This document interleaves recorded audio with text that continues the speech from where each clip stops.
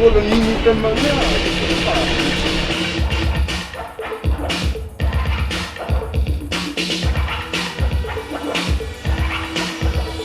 Moi j'ai découvert le graffiti, en fait pas en France mais en Suède.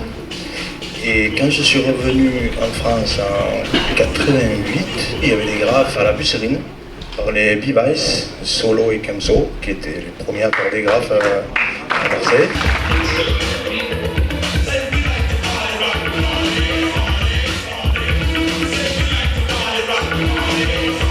Pour remettre dans le contexte, on est en 81. La libération de la radio, donc on fait de la FM, on est des amateurs, on n'est pas des professionnels de la radio, donc on travaille dans des caves. Quand tu décortiques un petit peu les articles de presse à l'époque où le Criminosicole, l'embryon, enfin plus large qu'un embryon parce que c'est ce qui va donner par la suite B-Boy Stance et IAM, tu décris très bien ce que pensait la presse locale de cet attroupement de gens plus ou moins colorés. Un collègue à moi qui était aussi branché musique, il m'a dit viens au Vieux-Port, il y a des jeunes qui dansent et tout.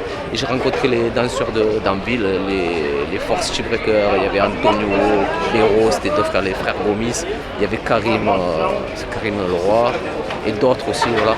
On venait tous se greffer et on s'entraînait.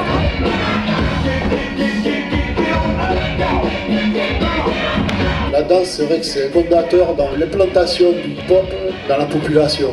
Parce que la danse hip-hop, elle vient de la danse jazz rock. C'est un truc qui date de milieu des années 70 et c'est une danse qui est basée sur les musiques funk qui ont servi ensuite de sample au hip-hop. Les James Brown, les trucs comme ça. C'est le même rythme.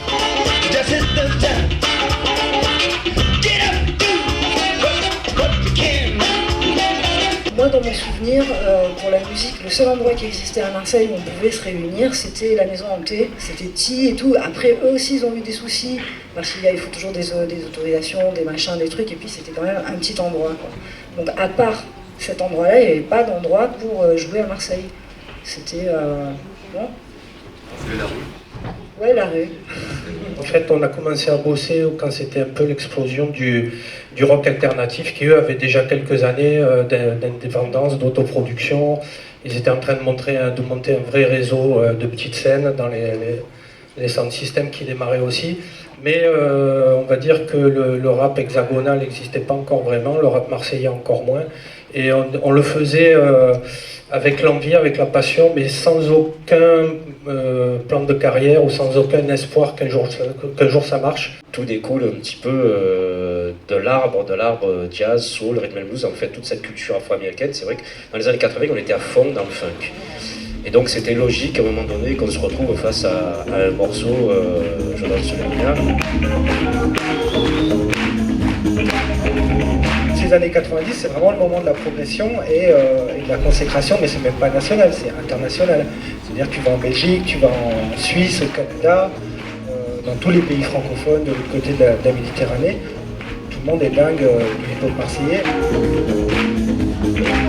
À partir du moment où le morceau a explosé, on est resté 5 ans sans vouloir entendre parler de ce morceau. Ça nous prenait la tête dès qu'on arrivait à une interview. Alors le Mia, aujourd'hui encore, les gens ils voient Kenaton dans la rue. Oh, il y a le Mia. Donc voilà, ça nous a, en fait, on était contents parce qu'on a pris des sous, mais ça nous a vraiment gonflé d'être réduit à ça. Et que les gens se disent, voilà, bon, le rap marseillais, c'est le Mia. Pour les Parisiens à l'époque, on était des villageois, quoi. Il faut le dire ce qui est, c'était Paris et le reste de la France. Voilà, nous quand on débarquait à Paris, ben, on disait c'était Marseille et puis le reste de la France, hein, tu vois. Donc voilà, on avait notre propre discours aussi identitaire. De manière assez tragique, on n'était pas forcément étonné qu'on amène à une telle extrémité sur l'assassinat d'Ibrahim, même si on a été tous, puisqu'on était forcément tous en lien, soit d'amitié, soit de connaissance, très choqués par la nouvelle.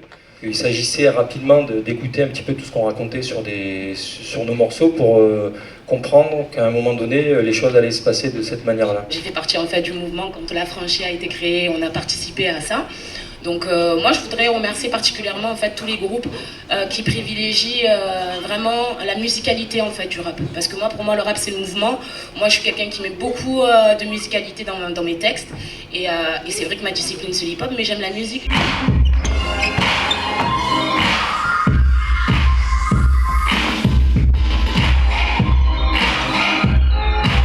Au début, on a connu ça plus dans le délire que dans quelque chose de...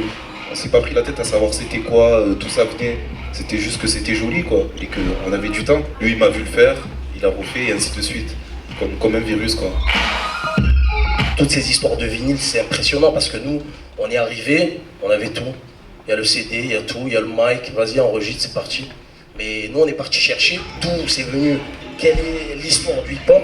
Et là, maintenant, on essaie de transmettre le message aux plus jeunes qui comprennent pas trop, en fait. Cette histoire de vinyle, tout ça, ils savent pas. Ils s'en foutent. Ils ont le MP3, ils ont le iPod, il y a tout qui vient directement. Mais quand je vois les anciens qui allaient chercher les vinyles à Paris, à New York, à Milan, c'est incroyable. C'est hallucinant. Moi, je suis là, je les vois. Je me suis dit, j'aurais voulu, en fait, vivre cette époque du hip-hop. Mais maintenant que je suis en pleine dedans, je suis là, et je suis obligé de combattre avec ce que j'ai. Il faut croire, il faut penser qu'il y avait tous les éléments qui étaient là à portée de main pour pouvoir nous apporter de quoi alimenter à la fois les textes des MC et la musique des producteurs marseillais. Ici, en tout cas, ça a infusé peut-être plus qu'ailleurs et d'une façon qui est super intéressante car complètement originale, c'est-à-dire à la marseillaise, quoi.